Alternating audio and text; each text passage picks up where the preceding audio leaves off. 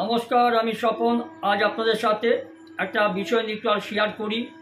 আমি খুব ভালো ভালো জিনিস, অনেক অজানা তথ্য আপনারা আমার এই ভিডিও থেকে পাবেন। চোর সর্বত্র, আপনি কেন্দ্রীয় সরকার বলুন, রাজ্য সরকার, সর্বত্র চোর। বালি খাদান চোর, পাথর চোর, লটারি চোর মানে লটারির টিকিট চোর, চাকরি চোর, মানে এই ধরনের চোর আপনি পাবেন প্রচুর। বালি চোর, এর অভাব নেই, প্রচুর। সেরকমই ওষুধ চোর আপনি সর্বত্র পাবেন, এরকম চোর। তারপর তোলাবাজ তো আছেই, পাড়ায় পাড়ায় তোলাবাজ। যাদের চাকরি দেওয়া যাচ্ছে না তারা তোলাবাজি করে খাও, তার জন্য মদতদাতারা আছেন। আর এরা টাইট হয়ে যাবে কোথায় জানেন? যদি পাড়ার প্রতিবেশীরা যদি ঠিক থাকে না, বের করে নিয়ে এসে চালাতে হয়, এরা সব টাইট হয়ে যাবে। যাই হোক, ব্যাপার এই যে সঞ্জয় রায় অভয়াকাণ্ডের, রাজ্যকরের মহিলা ডাক্তারের দোষী সাব্যস্ত সঞ্জয় রায়, সিভিক ভলেন্টিয়ার, তার ভাগ্নিকে তার বাবা হোক মা হোক মেরে ফেলেছে। 11 বছরের মেয়ে, ভবানীপুরের ইংলিশ মিডিয়াম স্কুলে পড়তো। দুর্ভাগ্যজনক। সেখানে দেখা গেল টিভিতে, সেখানকার প্রতিবেশীরা, মহিলারা, পুরুষরা বেধড়ক পিটিয়েছে এই সঞ্জয় রায়ের ভগ্নিপতিকে এবং তার মানে ওই মেয়েটা সৎমা। মেয়েটা মারা গেছে, 11 বছর বয়স। তার সৎমা মানে তার সম্পর্কে মাসি। আসল বউ মারা গেছে, তারপর তার বোনকে বিয়ে করেছে ওই পূজা সিং, মানে যে মেয়েটা মারা গেছে তার মা। মানে সঞ্জয় রায়ের আরেকটা বোনকে বিয়ে করেছে ওই পূজা সিংয়ের বাবা। যাই হোক, এইসব ঘটনাকে খুব দেখা গেল। প্রশাসনের কথা ছেড়ে দিই, পুলিশের কথা ছেড়ে দিই, ওগুলো কোনো কাজে আসে না, আসবেও না। আর আরেকটা ব্যাপার হলো কি, প্রতিবেশীরা ঘরে ঢুকে বেধড়ক মেরেছে দুটোকে, এই দুই স্বামী স্ত্রীকে, সৎমাকে এবং মেয়েটার বাবাকে। যাই হোক, মারধর করার ব্যাপারটা আমি সাপোর্ট করছি না, কিন্তু প্রতিবাদটা এইভাবে করতে হবে, না হলে এসব তোলাবাজদের টাইট করা যাবে না। দুর্নীতির পর্দাফাশ করা আমরা পর্যন্ত বিচার পাচ্ছে না, জানেন তার কারণ কি? দুর্নীতির অভিযোগ তুলে বিচার চাইছেন এক শীর্ষ আমলা, অথচ সেই মামলা থেকে পরপর সরে দাঁড়িয়েছেন 16 জন বিচারক এবং বিচারপতি। ভাবতে পারেন কোথায় বাস করছি আমরা? আর ভারতীয় বিচার ব্যবস্থার কোনো একজনের মামলায় জেলা আদালত থেকে হাইকোর্ট, সুপ্রিম কোর্ট মিলিয়ে একজন বিচারক, মানে এতজন বিচারক বা বিচারপতি সরে দাঁড়ানোর, বিচারপতিদের সরে দাঁড়ানোর ঘটনা, মানে কি বলবেন, একদম বিরল। অথচ একদম আমলার কেস, সৎ আমলা, তিনি দুর্নীতির বিরুদ্ধে রুখে দাঁড়িয়েছেন, আর তার সেই প্রাপ্য শাস্তিটা তিনি পাচ্ছেন। সৎ লোকের সংখ্যা কম, অসৎ চোর ছেঁচরদের সংখ্যা বেশি। আর ইন্ডিয়ান ফরেস্ট সার্ভিসের শীর্ষ আমলা সঞ্জীব চতুর্বেদীর মামলা নিয়ে এই টালবাহানা দুর্নীতির প্রশ্নে আওয়াজ তোলার শক্তিটাই সমাজ থেকে কেড়ে নিচ্ছে কিনা, সেই প্রশ্নটা এখন উঠেছে। আমি আজকে এটা করছি, তার কারণ হচ্ছে একটা বিরল ঘটনা। 16 জন বিচারক বা বিচারপতি যে কোনো বাহানায় হোক এই মামলাটা থেকে সরে দাঁড়াচ্ছে। Genuine case. সকলে ভালো থাকবেন। আর অনুগ্রহ করে যেটা বলি, যে আমার ইউটিউব চ্যানেল স্ট্রাগলার দেব এবং ফেসবুক স্বপন কুমার দেব, এই দুটোকে একটু সাবস্ক্রাইব, ফলো, লাইক, শেয়ারটা করে দেবে। তারপরে দেখুন, যে ব্যাপারটা নিয়ে আমি বলছিলাম, যে এই যে এতজন, মানে 16 জন সুপ্রিম কোর্টের বিচারক বা বিচারপতি সরে দাঁড়ানোর, এটা একটা নজিরবিহীন। আরেকটা কথা হচ্ছে যে বিচারক বিচারপতিরা সরে দাঁড়িয়েছেন, কেন সরলেন তার ব্যাখ্যা পর্যন্ত দেননি কেউ। ফলে বিচার ব্যবস্থার দায়বদ্ধতা প্রশ্নের মুখে পড়েছে, এটা ঘটনা একদম। আর এক শীর্ষ আমলার যদি এই হাল হয়, সাধারণ নাগরিক কি করে বিচার পাবেন? পায়ও না। ছাপোষা আমাদের মতো মানুষের বিচার পায় না, থানা গেলে ডায়েরিটা পর্যন্ত ঠিক মতো নেয় না। এইভাবেই চলবে সমাজ, এর ফল খুব খারাপ হবে। সোজা কথা, পাপ বাপকেও ছাড়ে না। আর যখন এই বিচার ব্যবস্থার দায়বদ্ধতা নিয়ে যখন প্রশ্ন উঠে যায় একবার, ব্যাপারটা খুব সাংঘাতিক পর্যায়ে যায়। এক শীর্ষ আমলার যদি এই হাল হয়, তাহলে ছাপোষা মানুষের কি হবে? সেও একটা প্রশ্ন জনগণের কাছে। তারপরে বিচার ব্যবস্থার উপর ভরসা করে থাকবে? তবু বলতে হয়, বিচার ব্যবস্থার উপর ভরসা আমাদের আছে।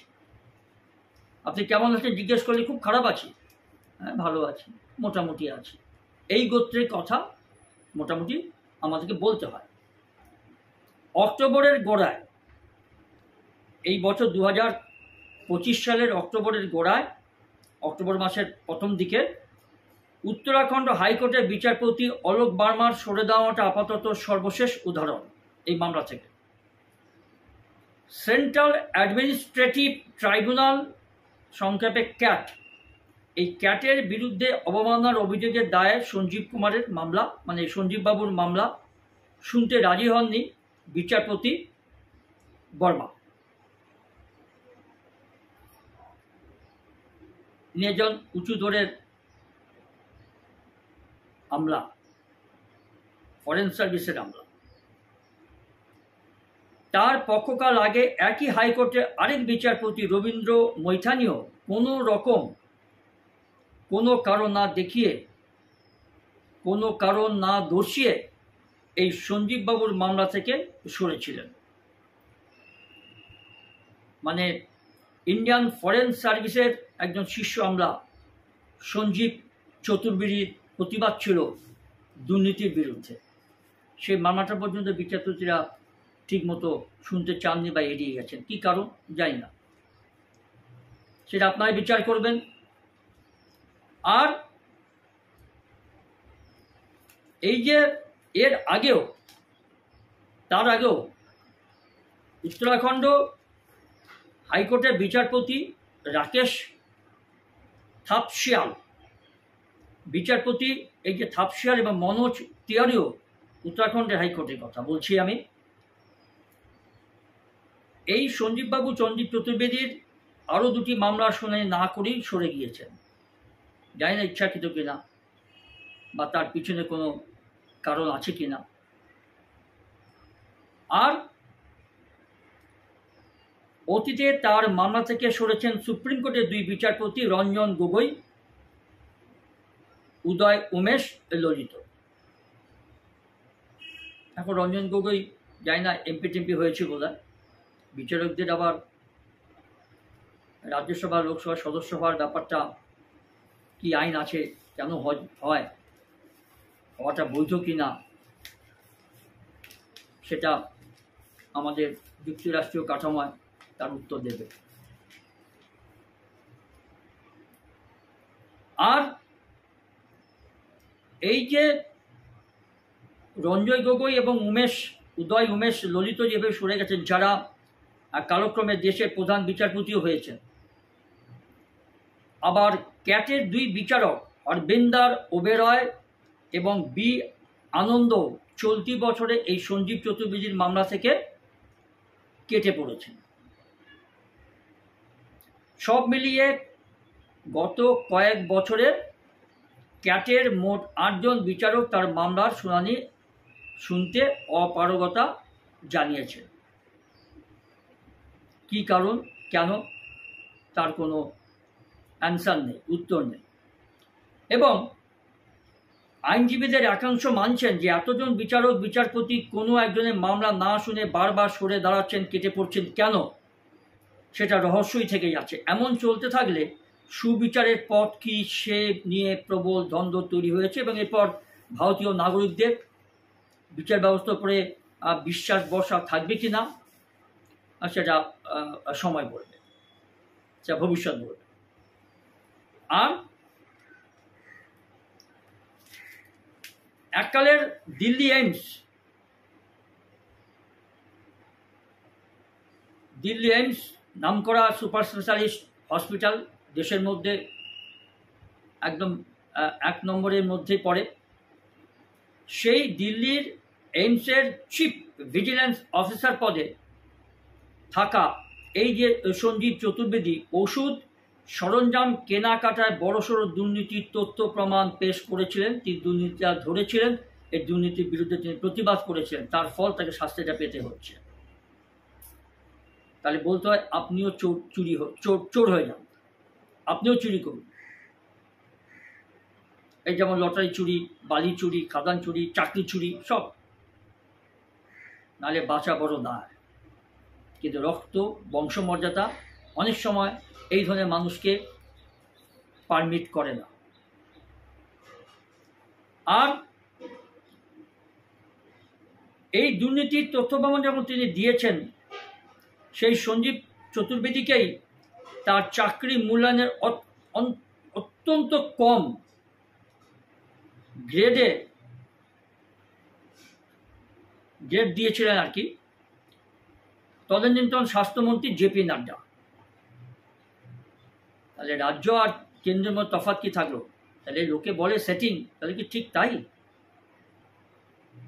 সৎ অফিসারকে তার বেতনের গ্রেড একদম নিম্ন গ্রেডে দিয়েছে। কেন? তার প্রাপ্য বেতনের গ্রেড তিনি পাবেন না কেন? কে উত্তর দেবে? কে প্রশ্ন করবে?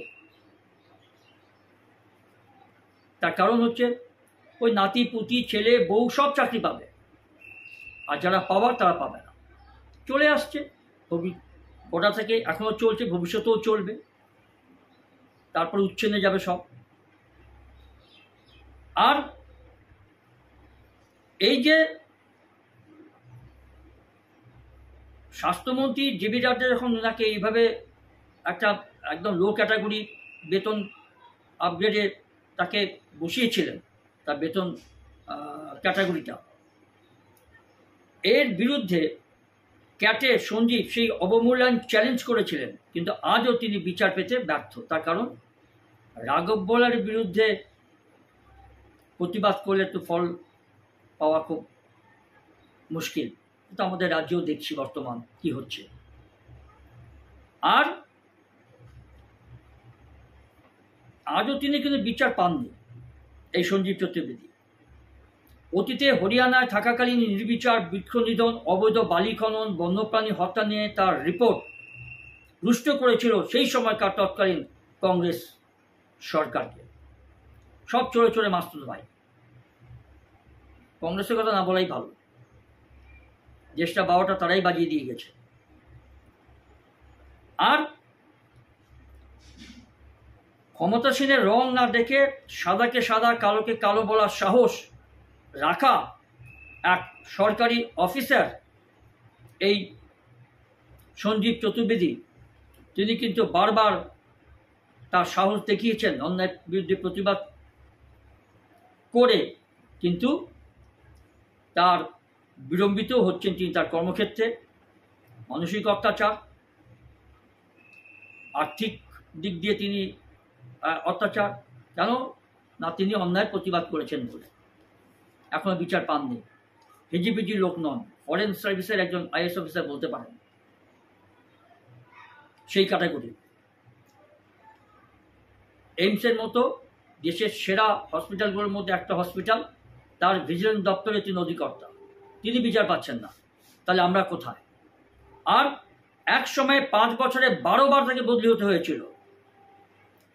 সাসপেন্ড হয়েছেন শেষ পর্যন্ত রাষ্ট্রপতির হস্তক্ষেপে, পুনর্বহাল হয়ে নিজেই ক্যাডার বদলে উত্তরাখণ্ডে এসছেন। আর সেখানেও আমলাতন্ত্র এবং রাজনৈতিক প্রভাবশালীদের চক্ষুশূল হয়েছেন। স্বাভাবিক কথা, সৎ মানুষের কোনো স্থান নেই, সেটা আমাদের রাজ্যেও দেখতে পাচ্ছি। সর্বত্র এর প্রতিবাদ করা উচিত, গর্জে ওঠা উচিত, এটা আমি মনে করি। সর্বত্র, সব জায়গায়। তবে শস্যের মধ্যে ভূত থাকলে কিছু করা যাবে না। আর আদালতে তার বিড়ম্বনা যেন সব কিছুকেই ছাপিয়ে যাচ্ছে। তবে আশার কথা, উত্তরাখণ্ড হাইকোর্টের প্রধান বিচারপতি জি নগেন্দ্র জানিয়েছেন যে এই মাসের 30 তারিখে 30 অক্টোবর 2025 সাল তার নেতৃত্বাধীন বেঞ্চ এই সঞ্জীব চতুর্বেদীর মামলার শুনানি করবেন বা শুনবেন। এই একটা মোটামুটি একটা আশার আলো দেখা গেছে। যাই হোক, ভালো থাকবেন, সুস্থ থাকবেন। আজ এইটুকু, এই পর্যন্ত, এটাই আমি শেয়ার করতে চেয়েছিলাম। আমার ভিডিওতে আপনি অনেক অজানা তথ্য, ভালো খবর আমি দেওয়ার চেষ্টা করি, তাই এটাও আশা করি। আমার ইউটিউব চ্যানেল, আমার ফেসবুক, আপনাদের একটু সাপোর্ট চাই যাতে আমি উৎসাহটা পাই। লাইক, শেয়ার, ফলো এবং সাবস্ক্রাইব, আর কিছু নয়। ভালো থাকবেন, সুস্থ থাকবেন। আজ এই পর্যন্ত। অন্যদিন আবার আপনাদের সঙ্গে দেখা হবে, অন্য কোনো ভালো একটা টপিক নিয়ে আসবো। Bye bye, tata.